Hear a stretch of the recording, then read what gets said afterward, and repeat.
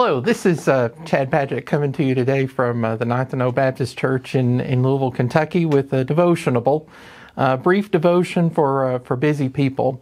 One of the things that I've learned over many years is that there are a lot of differences between God and me. And there are some things that some qualities that God has that I don't. For example, God He knows everything. He's omniscient, and I'm not. There's some things that I do that God can't do. I can be unfaithful, and I can sin, and God can't do. He can't do either of those things. And then there's some things that qualities or characteristics that maybe God has that I have the same qualities, but they're different in degree. God's compassion, for example, His compassion's perfect. His mercy is perfect. His love is perfect, and His kindness is perfect. Mine aren't anything like that. And in the book of Hosea, God speaking to His people, Israel, or sometimes called Ephraim, with a warning about the coming judgment for their sin. And in Hosea chapter 10, we could try to sum up maybe what the people are guilty of, or what the issue is. Hosea describes Israel in verse 1 of chapter 10 as a luxuriant vine, that he produces fruit for himself. The more his fruit, the more altars he made. The richer his land, the better he made the sacred pillars. Basically, that the nation, because of their fatness, because of their comfort, that they've turned to idols. They've turned to worship things. They've turned to worship idols, gods other than the true God.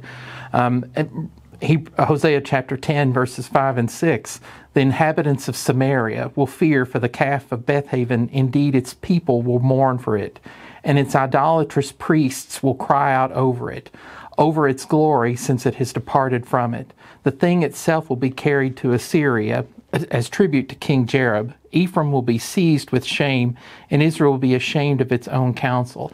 That the people over time and in more than one instance had turned to foreign nations for alliances, for security, instead of going to the God who had brought them out of Egypt. And so this has been offensive to God. And in chapter 11 of the book of Hosea, God describes His reaction. He describes His response to the adulterous nature of the people of Israel. And he points out in verse 1 of chapter 11, when Israel was a youth, I loved him, and out of Egypt I called my son. That this image that God uses to compare His relationship with the people of Israel to that of a father and a son, that he reminds them that He picked this nation not for anything that was special about themselves. They were just the ones that He picked, and He had cared for them over hundreds of years by this point. When He had brought them out of Egypt, He had cared for them. He had directed them through the wilderness. He had brought them to the land that He had promised in Canaan to give them. He had given them security. He had done all of these things. He provided for their physical needs. He'd done all of these things, and the nation was a faithless nation. They had turned to other nations for security. They had relied on themselves. They were relying on false gods, and so judgment is coming. Judgment is coming for the people. But rather than wipe the people out, rather than just destroy them and, I don't know, maybe start over or something like maybe I would have done, God has a different response. And so it takes us to verse 8 of Hosea chapter 11, where God says, how can I give you up, O Ephraim? How can I surrender you, O Israel? How can I make you like Admah? How can I treat you like Zeboim? My heart is turned over within me. All my compassions are kindled. I will not execute my fierce anger. I will not destroy Ephraim again, for I am God and not man, the Holy One in your midst. And I will not come in wrath. They will walk after the Lord. He will roar like a lion. Indeed, He will roar, and His sons will come trembling from the west. They will come trembling like birds from Egypt and like doves from the land of Assyria. And I will settle them in their houses, declares the Lord. God would have been completely just in destroying the people because of their sin, because of their faithlessness to the covenant that he had made with them.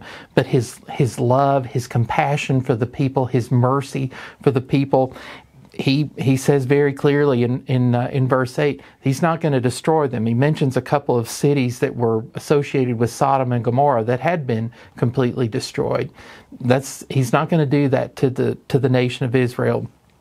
He's going to, instead, what verses 10 and 11 tell us is that what God promises is restoration for the people. He promises them in verse 10 they'll walk after the Lord. He promises them leadership. He promises that He's going to give them direction when they return from their exile. He's going to give them leadership. The people are going to want to follow Him, and finally He's going to provide for them again. He's going to settle them in their houses. He's going to keep them safe again after His judgment, after their punishment, the punishment that they deserve.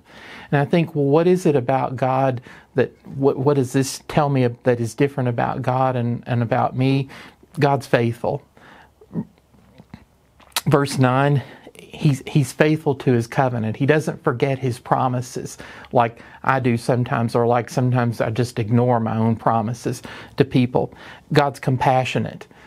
He has compassion here for people who surely don't deserve it, who deserve judgment, who deserve worse than what's going to happen to them. But He's still compassionate. On the other hand, sometimes I'm not all that compassionate. I'll be compassionate or merciful to somebody maybe if I think they deserve it. The people of Israel here, they didn't deserve God's compassion. They didn't deserve His mercy, but that's what He was going to give them anyway, and restore them to their place as His people. I hope this has been helpful to you, and hope you have a good day.